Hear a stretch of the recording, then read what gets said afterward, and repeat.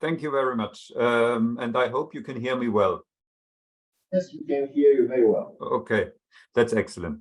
So thanks a lot for this very kind invitation. And, you know, it's always a bit of a privilege and a burden to have the last presentation before the break after such interesting insights that the three colleagues just presented. And I want to really thank the presenters before me for these deep insights we really gained into very concrete case studies, but also into a conceptual overview. So I want to briefly say before I start that I'm now working since a year at KIT, Karlsruhe Institute of Technology, but a lot of the insights that I will present to you, I have gained at my former university, Leuphana University of Luneburg, which really provided me a wonderful space to develop my research over the last 13 years.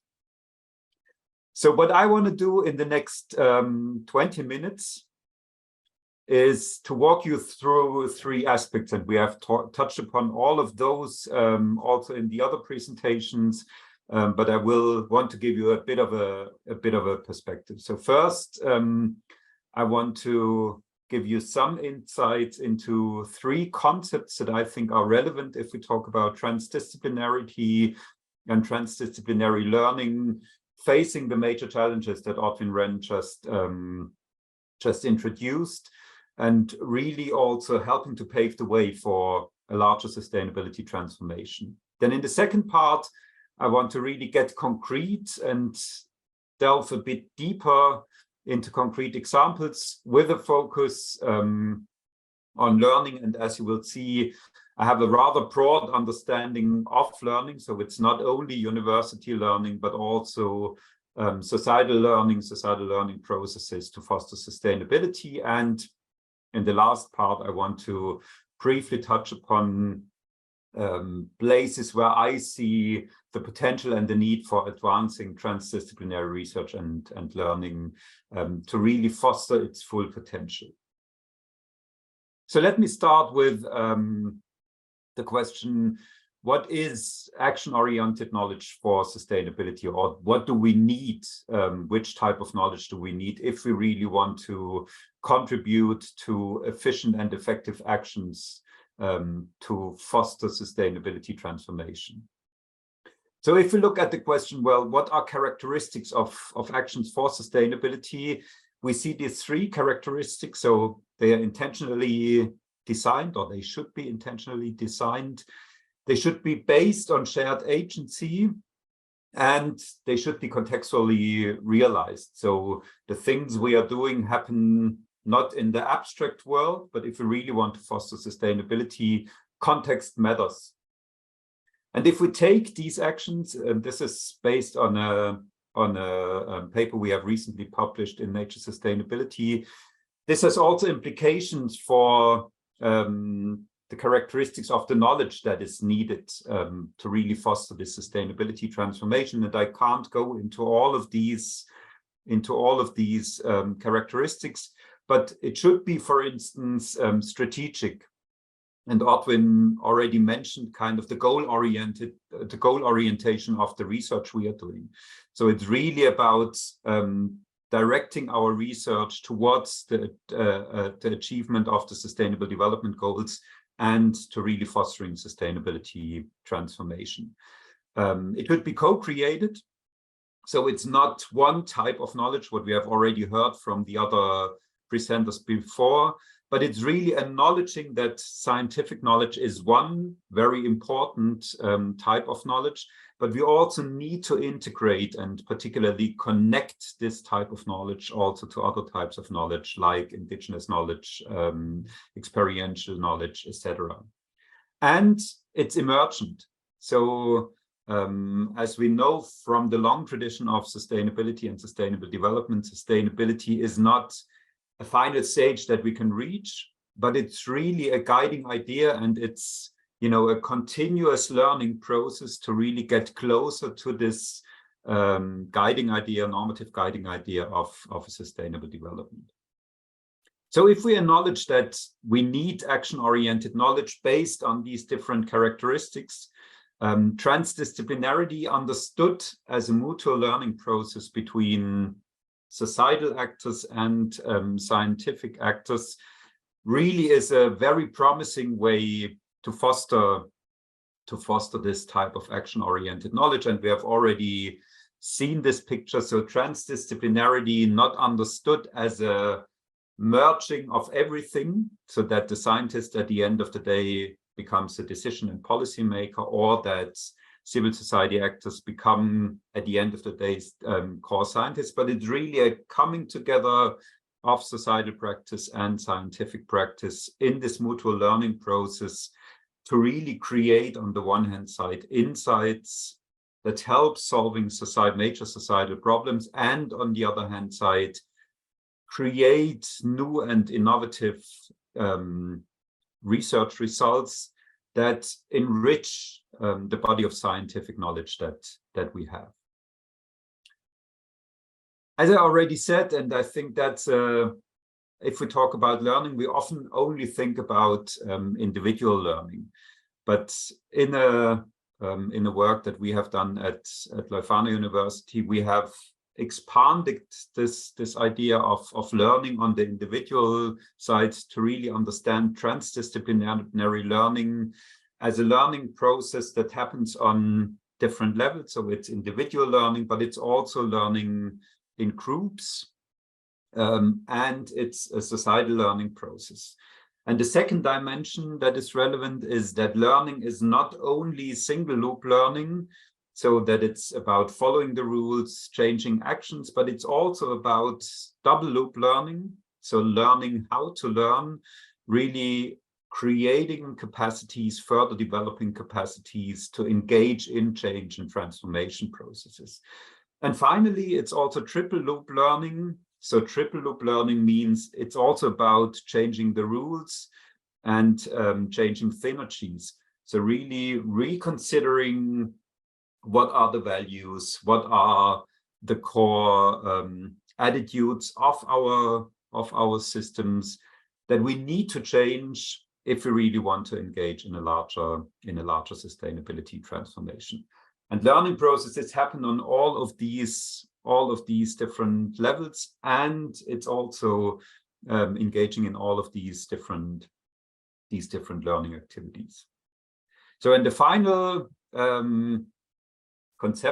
more conceptual idea I want to share with you is really this idea that we also need spaces to enable these transdisciplinary learning processes.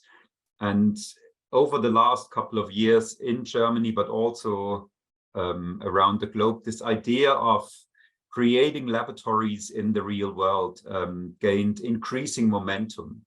And laboratories in the real world, we label them real world laboratories, others call them urban living labs, etc. They really create a space of trustful collaboration, including structures like, for instance, places where civil society actors and scientists can meet, but it's also, establishing new positions and new professions like trans-academic interface managers that facilitate the collaboration between the scientists and different civil society actors to then have a long-term learning and research process, how to tackle major societal problems and how to really foster sustainability transformations. And you see here some core characteristics, and I don't go into all of these core characteristics of real-world laboratories, but it's really on the one hand side, this idea that these transdisciplinary learning processes are the core research mode that happen in this real-world laboratories, and learning and reflexivity. So learning for a long time and reflecting, a continuous reflexive process, are also a core characteristic of this research settings that enable the transdisciplinary learning process. So after this more abstract sharing of some of the conceptual ideas that drive my research and that where I think that they are relevant if we talk about transdisciplinarity, I want to go into a bit more detail about some of the core aspects and really also visualize them with some very concrete examples. So the first one is really real-world experiments as a core methodology in this real-world laboratories. And the idea is really also to go a step further in our way we do research. So not stopping in creating visions or strategies, but really learning through action or doing research through concrete action and interventions that are then carefully evaluated. And if I talk about real-world experiments, this is kind of a work where we have tried to differentiate the different types of experiments in sustainability science. We talk about real-world experiments when it's about a participatory control over the intervention. So it's not only controlled by the scientists, but it's really a co-design of this experiment. And the goal of these experiments is really to create action-oriented knowledge. So it's less about fundamentally understanding structures and dynamics of systems, but it's really better understanding how to engage in transformation and how to foster transformation of the systems under investigation. So here is an example, and this was, as I said, mainly done at Leuphana University in Luneburg, where we intensively experimented with civil society actors. This was a process, Luneburg 2030 Plus, that ran over 8 years. And in the first phase, we created together with 750 students and many civil society actors from Luneburg, different vision components and the overarching vision for Luneburg in 2030, really implementing the UN Sustainable Development Goals. Then in the second phase, we were developing solution options that were then in the third phase tested in concrete experiments in the real world lab. So it was sustainability oriented. And another component that was very important to us was that the entire process was governed by a steering group that consisted of city administration representatives, of scientists from the university, and of civil society actors from Luneburg. So it was really a joint ownership and a joint steering of the entire process. So just to mention 3 of the experiments that were conducted during this process. So this one was the idea of establishing and experimenting with a local bike-based delivery system, which was very interesting during the Corona period, because many of the local retailers had to close their shops, and this provided them with a new way of delivering their goods, their local goods to the customer.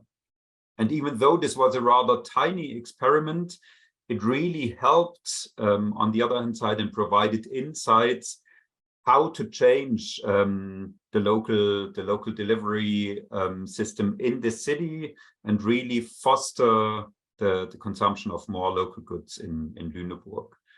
The second one was about places that people loved in Luneburg and how to really foster this local places, open and community created spaces in Luneburg. And there we worked together with the theater of Luneburg to really learn how to change concrete spaces so that more interaction between different local actor groups are possible.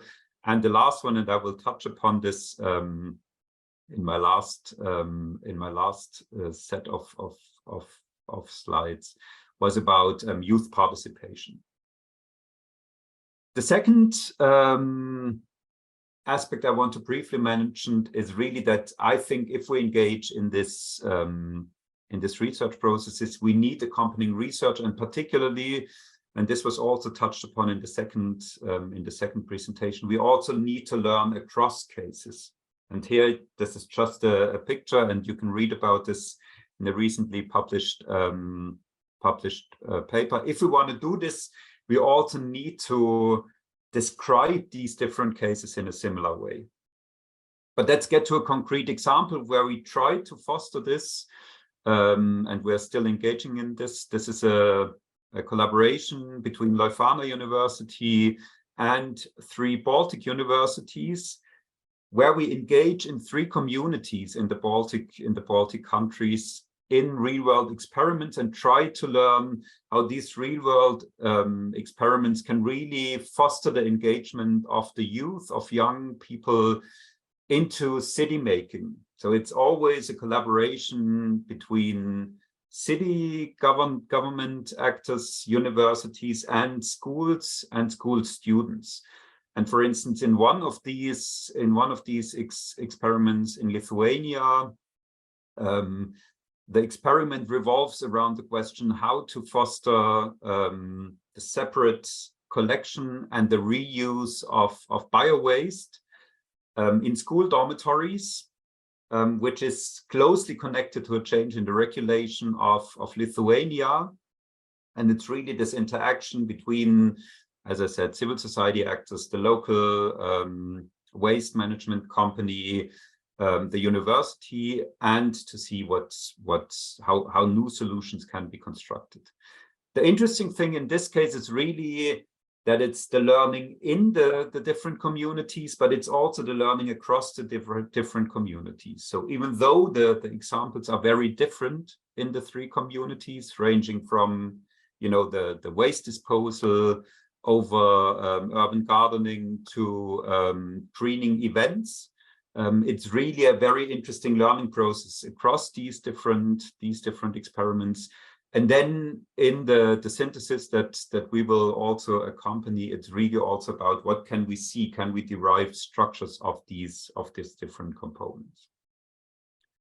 So the last aspect is really, I want to briefly touch upon, is really real-world laboratories as spaces to enable learning and competence development. And in this picture, and this was also mentioned several times by my colleagues, it's really acknowledging that we also have to rethink how we educate our students if we want to enable them engaging in transformation, larger transformation processes. And you see here on the left side, this is a conceptualization of a dear colleague of mine, Arnim Wieck, who really derived core competencies for sustainability actors of the future that include, for instance, really planning competencies that require system thinking, future thinking, value thinking, and strategic thinking that is embedded in other professional competencies and general competencies. So how did we try to realize this in our real-world example, in our real-world laboratory Luneburg 2030+? So for us, it was always important to engage students on all levels. So we engaged, for instance, all first-year students at Leuphana in a large project-based learning module into this program, but we also had specific engagements of bachelor students in environmental and sustainability science and also master students of sustainability science, and to different degrees. So it was really ranging from the integration into specific experiments to the production of content-related contributions to some of the experiments. So I already mentioned this. This was kind of the first phase where 750 students engaged into a visioning exercise where we created 25 visions, or where they created 25 visions and the overall visions for the city of Lüneburg. And then in the third phase, and I just want to briefly provide you with this example, one of the groups really drove one of the experiments, which was youth participation, and they made a strong contribution to a large youth conference at Leuphana, with a short video and with a reanalysis of previous conferences, how to better integrate the breadth of all sustainable development goals into this youth conference. So I will not touch upon all of the all of the advancements because time is already up. But I just want to briefly touch upon two of the main advancements I see if we talk about transdisciplinary research.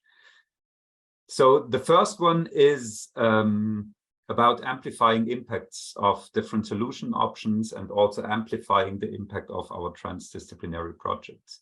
As I already mentioned, often transdisciplinary projects are highly contextualized and context-driven, and we have a lot of solution options with regards to sustainability around the globe and in different contexts. And I think a major questions that we need to address and that we should further develop is really this question: how can we scale and transfer single solution options? And here you see a typology that we have developed some years ago to really differentiate different mechanisms of amplification, ranging from stabilizing successful initiatives and solution options to the idea of how to really transfer certain solution options to other places, and also using these initiatives and solutions to scale deep, so to really change values in certain contexts, and to scale up, meaning to change regulations and the rules under which certain solutions were developed. I will skip this one. I want to briefly, I will skip the last one. Just briefly on this one, the last point I want to mention is that often a differentiation is made, and Ortwin already made a nice connection of different approaches. But often the differentiation is made that we say, well, we have transdisciplinary approaches and other approaches. And I want to strongly argue that we have different forms of solution-oriented research, ranging from the development of certain technical solutions via the analysis, what Esther Duflo has, for instance, done, of different policy options in a randomized controlled setting, or the work of Elinor Ostrom, reanalyzing solutions, to real-world laboratories where we engage in situ with different actors. And my argument is that it's not important to really say what is better or worse, but it's really to draw upon this richness and connect the different solution-oriented research approaches, engage in with deep leverage points, and through cross-case comparison, really foster this larger picture of sustainability solutions. So this would have been the last slide, practical wisdom. I think this is what we need as sustainability scientists, and what we should also try to teach to our students and jointly strive for, a way of doing our research that focuses on justice, care, humility, and courage. And I'm happy to delve deeper, but Ortwin already mentioned these more process-related competencies that are needed if we want to engage into sustainability. So thanks a lot for your attention, and I look very much forward to the discussion later this afternoon.